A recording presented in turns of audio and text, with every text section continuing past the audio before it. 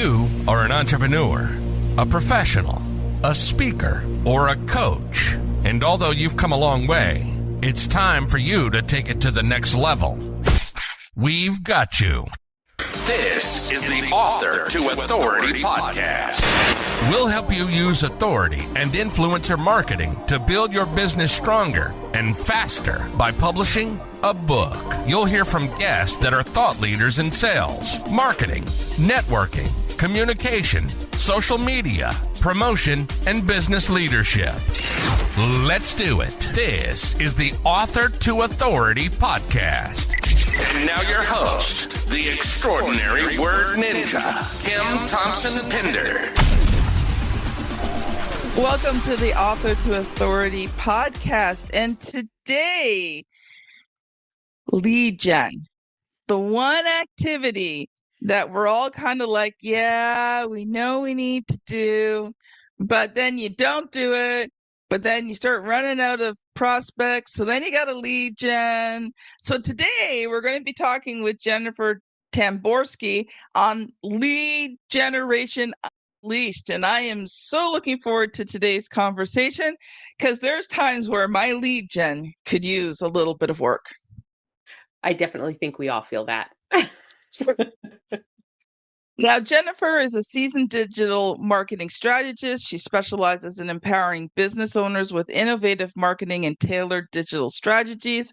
With over a decade of agency experience, she understands the challenges entrepreneurs face, particularly those striving to reach the 250K mark and beyond.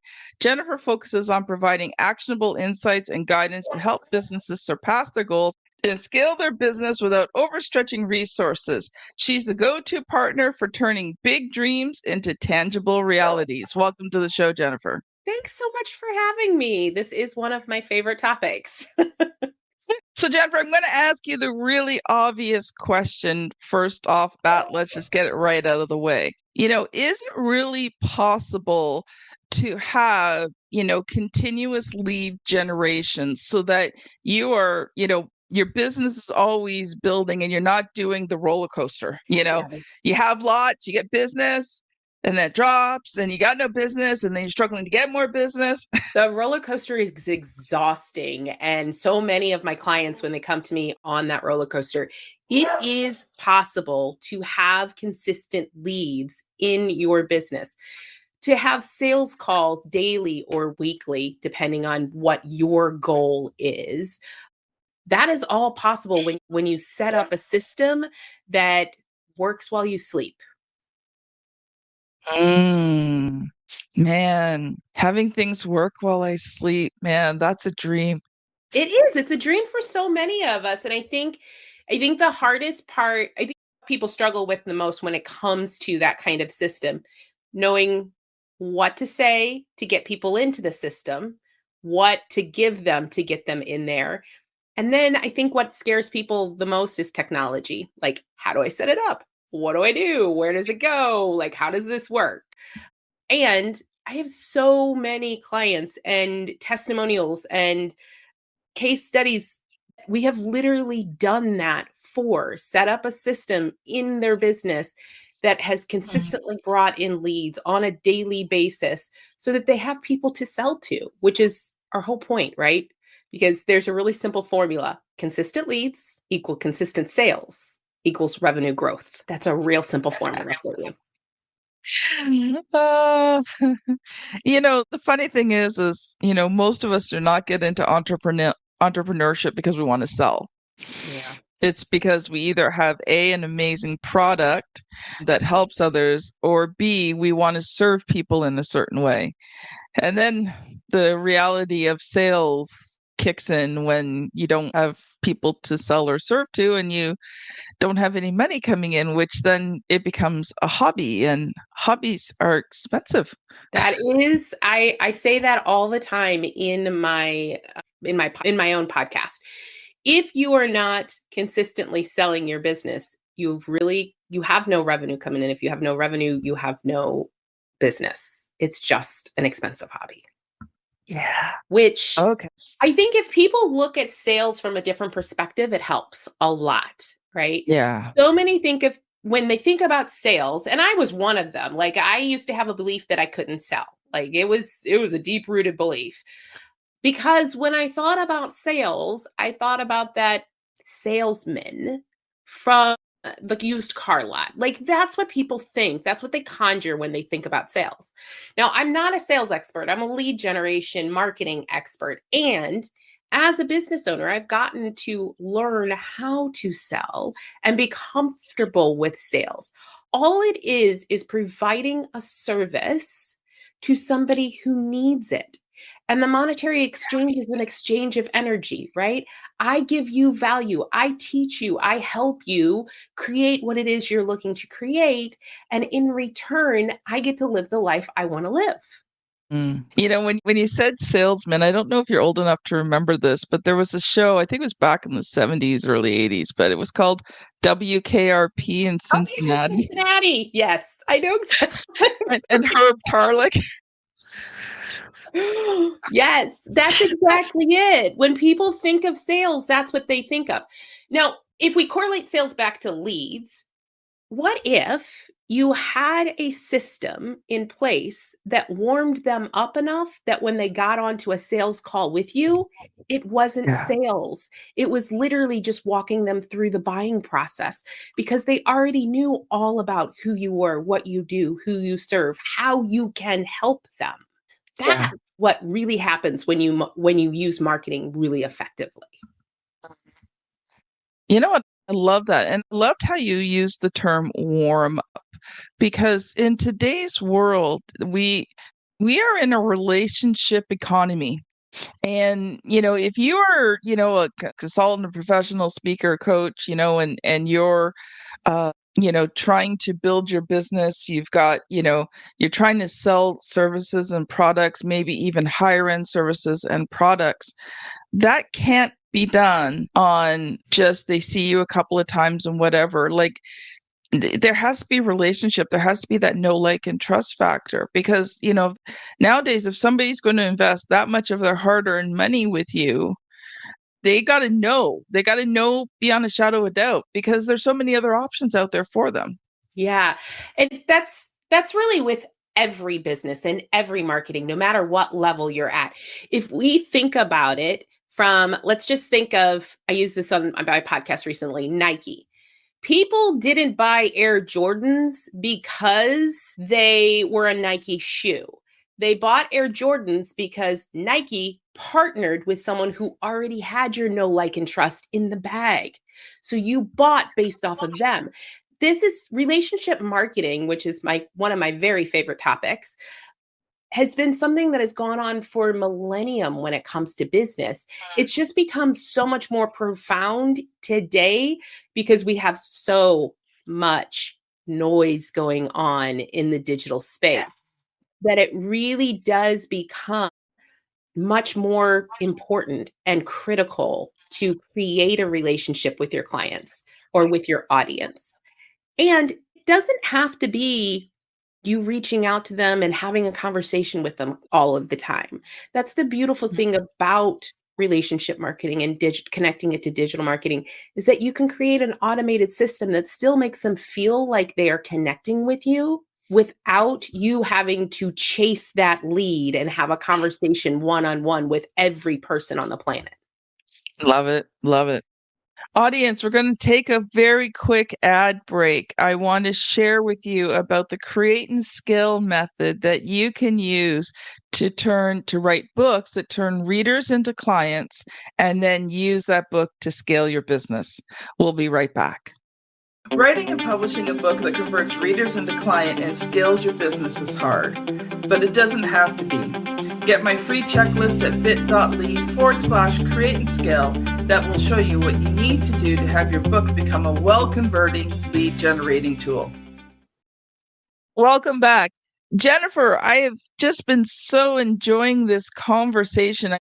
I really want to just give you a chance to really dive into that lead generation system, and, you know, what does it look like? And, you know, realize some of it we wouldn't be able to do on our own. But are there a few things that we can do on our own to kind of start that process of, that relationship marketing system? Absolutely. So if we look at it from a relationship perspective, and this is why I say this is one of my favorite topics, I love to correlate marketing to dating.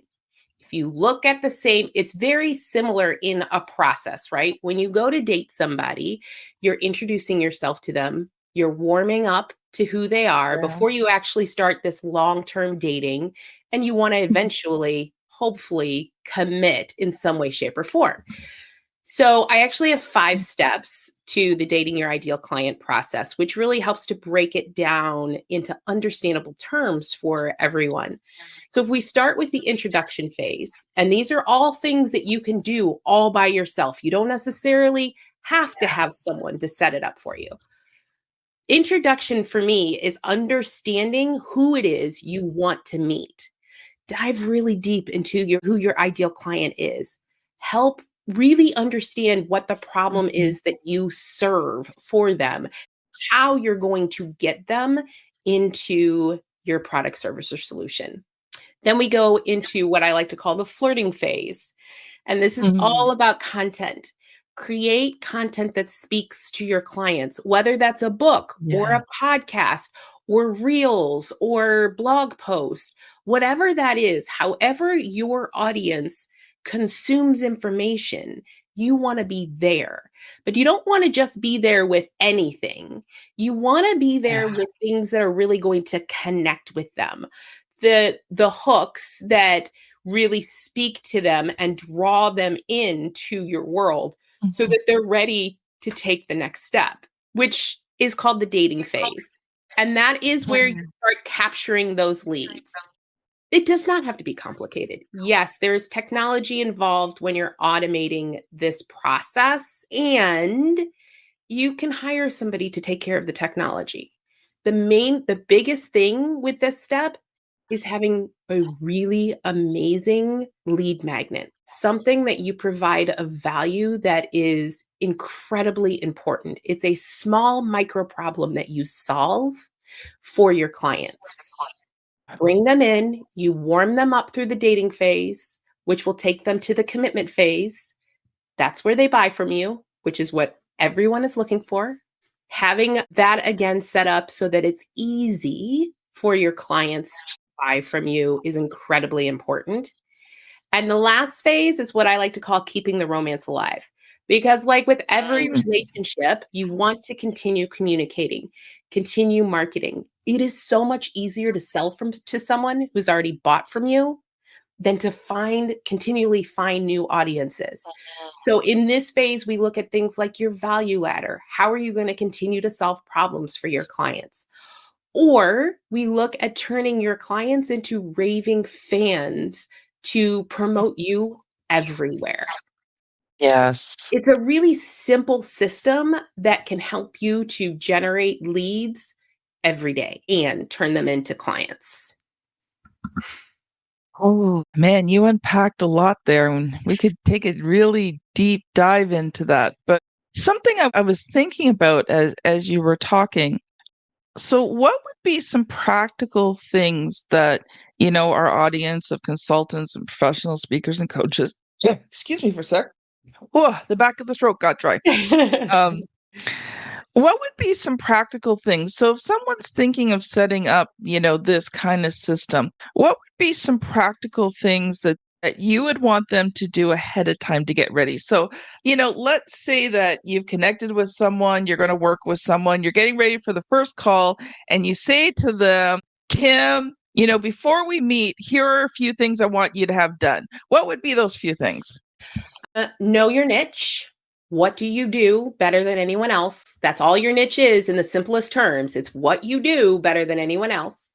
Know your target audience, at least on a surface level. I always take my clients really deep when we're working together on that, but at least have a surface idea of who it is that you want to work with. And then we'll dive into the rest. Those are the 2 most important things because there's a lot that's involved in strategy and, finding the right spot on how to bring leads in and that kind of thing. But those two things are the key to building and scaling a business. Yeah, I couldn't agree more. I couldn't agree more. It's funny when I started the publishing business. Actually, I just started as a ghostwriter to make extra money because my son was getting married and we had two cars we absolutely had to replace. So I didn't, start out to become a publisher. I just needed to make some extra money. But when I actually got into the publishing business, at first I remember, I was just trying to get experience. So I was just taking anybody and everybody. And man, that was hard slugging, sometimes joyous, sometimes very miserable work. And then once I started specializing a bit and once I started realizing who it was that I really wanted to work for, that was when business started to become easier. Yeah.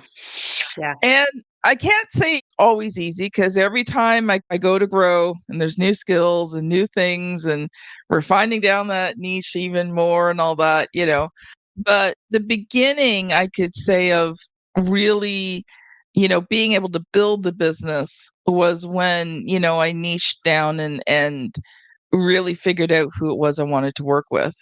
Yeah. I know, I totally get that story. I actually built an agency, spent about a decade running an agency. And one of the things that I dislike the most about an agency is because you're running a company and you have employees to pay, you oftentimes aren't as selective as you would like to be when it comes to clients. So you're, again, taking on a lot of people that maybe you wouldn't have worked with one-on-one. On the other side of that, one of the other things that I saw so often happen, people would come to me after going through one or two agencies before, and we would dive into, because that's the first thing I always do with my clients, no matter where they came to me to work with, we dive into their niche and their audience and their funnel and all of those pieces. And the reality was they hired somebody to try and run something that wasn't ready yet. They didn't have that successful piece of knowing their niche. So if you don't know what you're selling and you aren't really super clear about that, or you don't know who you're selling to, you're just kind of throwing darts the wall blindfolded. You're not actually going to ever hit the target. So when we dialed that in, we got so much better results for our clients because that was the first thing we did. Okay, who is it that you work with? What is it that you do? What do you do better than anyone else? Let's dial into that. Hiring an agency before you are super duper clear on that is going to end up wasting money for you long term because an agency is only going to be able to bring in what you give them. I think in that case, if you're not really clear on those things, you might want to look into getting, maybe a good business coach or somebody that can, help you get that foundation laid, because it is so true. I mean, even with writing a book, I mean, people think, okay, I'm going to write a book for my business, but if you don't have those things, you're not going to write an effective book. Mm-hmm. Exactly. Like you talk about throwing darts at the wall, right? Exactly. One thing I know is the fact that if you want to increase your conversions, if you have better leads to begin with, if you have leads that are actually appropriate, like let's say lead gen, and whatever reason you couldn't really do a warm-up sequence with them ahead of time, right? So let's just pretend that. I mean, your system does, but let's just pretend that, right? Yeah. Even if that was the case and they were coming to you and they were semi-cold leads, but even if they were targeted cold leads, you'd be able to convert at a much higher rate than just taking, Exactly. 1,000 leads. You might have 1,000 leads, but if only one person in there is actually your target market, whereas opposed you might have only maybe 10 leads, but they are at least your target market. Maybe not warmed up, but you can warm them up. Exactly. But at least they're your target market. And out of that 10, you'd probably convert 2 or 3. Yeah. It's why I pivoted my business though. When I pivoted into consulting, it was to help those business owners that came to me so often that ended up getting by an agency because they weren't ready for that step yet. So we do dive in, my clients and I, one-on-one, dive in deep into all of the pieces you need before you're ready to take it to that next level of mass lead generation. It's really, really important when you're talking about creating leads that you're bringing in the right people, because the right people are going to buy from you. Bringing in, just filling your email list with people is not going to do you any good if they're not buyers, if they're not the people who are connected to what it is that you actually do. Yeah, couldn't agree with you more, Jennifer. Let's switch gears here because we haven't even had a chance to talk about you and your story. So I would love for you to share, a little bit more about your story and, how did you really become a digital marketing strategist? So my story actually started roughly 20 years ago. My middle son is now 19, so give or take a year. After he was born, I wanted to be home with my kids, and we couldn't really be a one-income household. So I took all the knowledge and skills that I had in corporate, and I became a virtual assistant. And then in 2008, 2009-ish, the people I was working for at the time were primarily real estate agents. The real estate market crashed. So it took a pivot and ended up working for marketers. Over the course of working with them, I learned an immense amount. I learned that marketing is both an art and a science. And I actually have a science degree, so I could look at it from that perspective of that scientific method, right? A theory, validating the theory. Does it work? Is it, the proof statement, all of that kind of stuff. And then I also got to use that creative side of things that I think we all have. At a point, I decided to go out on my own. I was making my bosses plenty of money doing most of the work.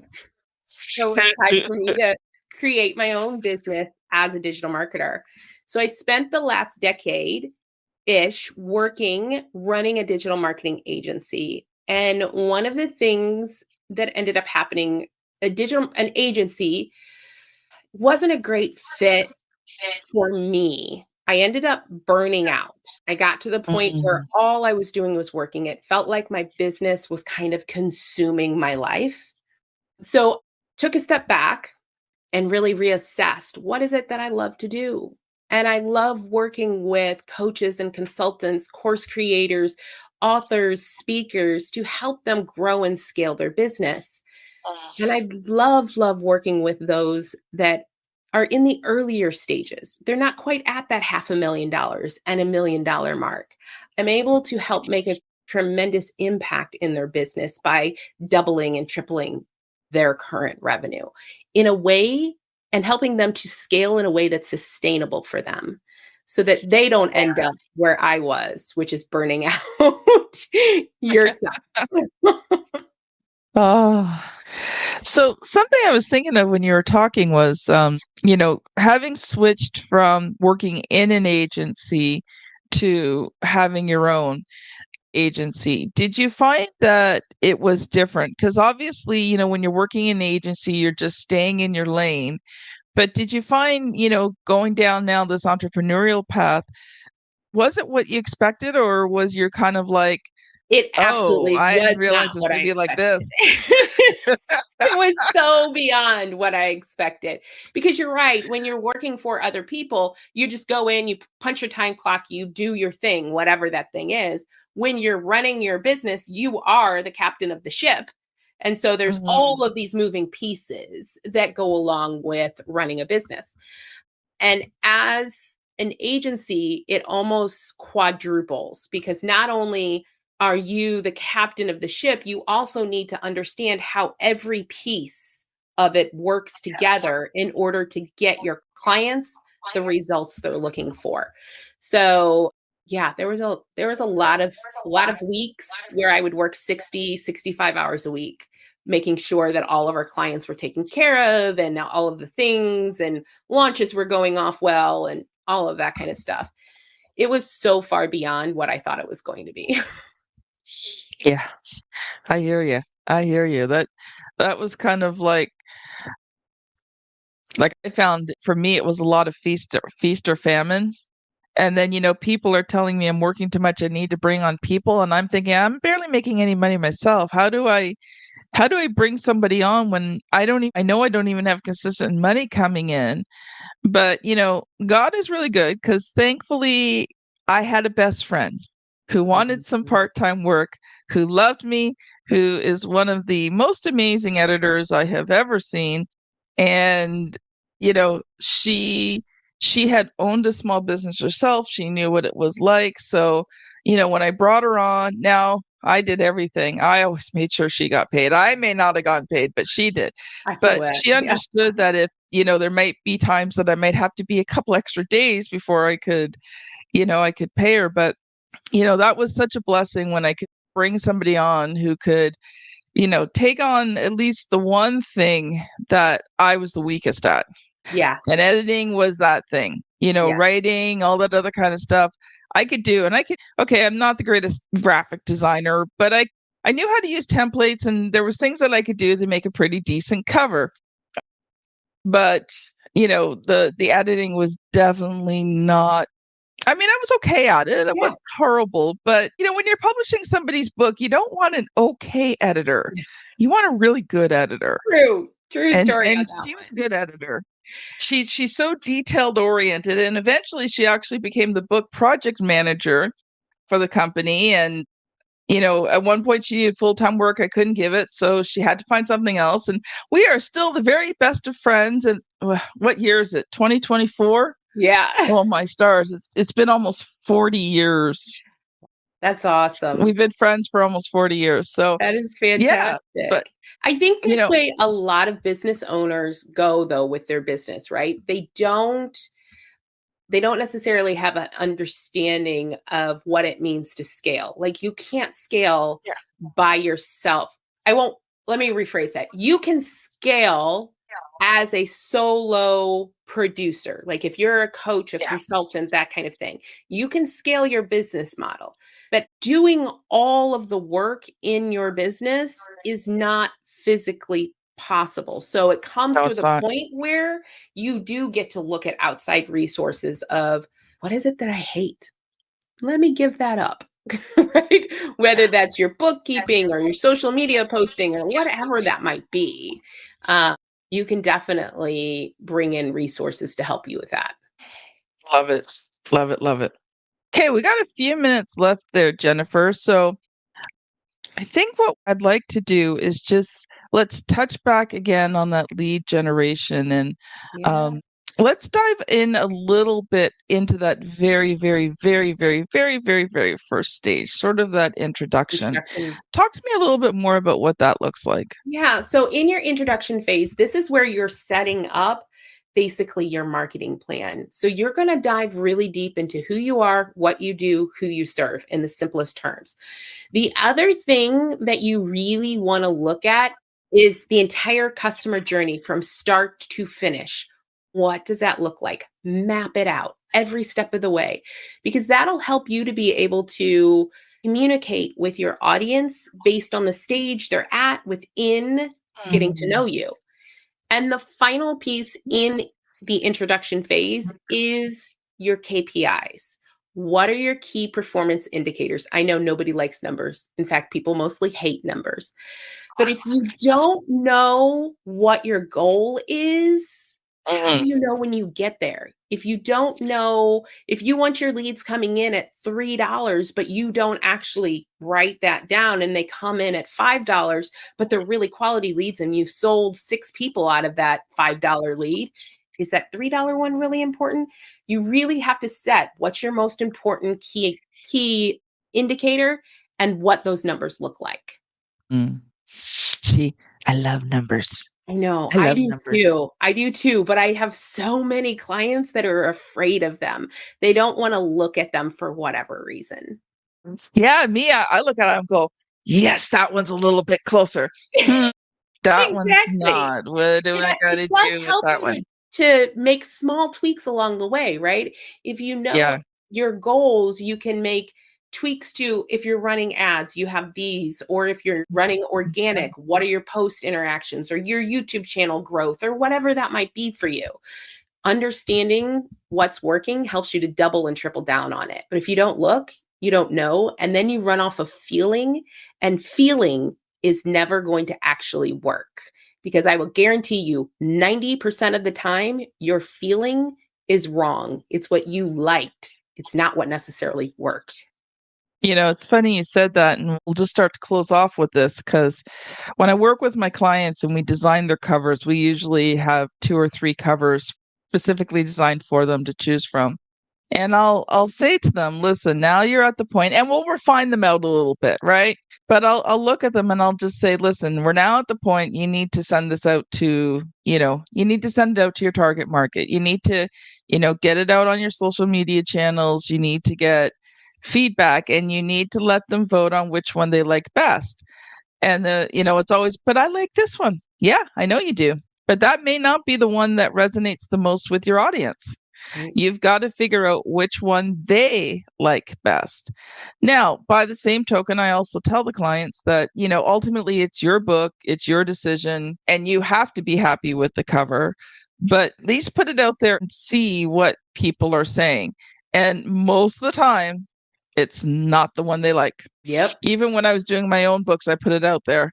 It was not the one that I liked the best, because I always like all of mine because I'm very specific, but it was not the one. And then they give you all these suggestions on how to improve it, and you feel like someone's taking your baby and throwing mud on it, man. But I tell my clients, you have to emotionally detach from that. Yes. You can't be emotionally attached to those things, because if you're writing a book to build your business, then you have to go with what is going to make the most sense to the audience. Exactly. What is going to connect to your audience?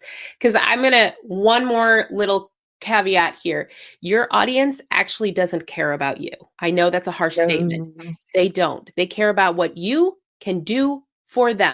So coming at it from that perspective, it is always about what your audience wants, needs, and desires. Love it.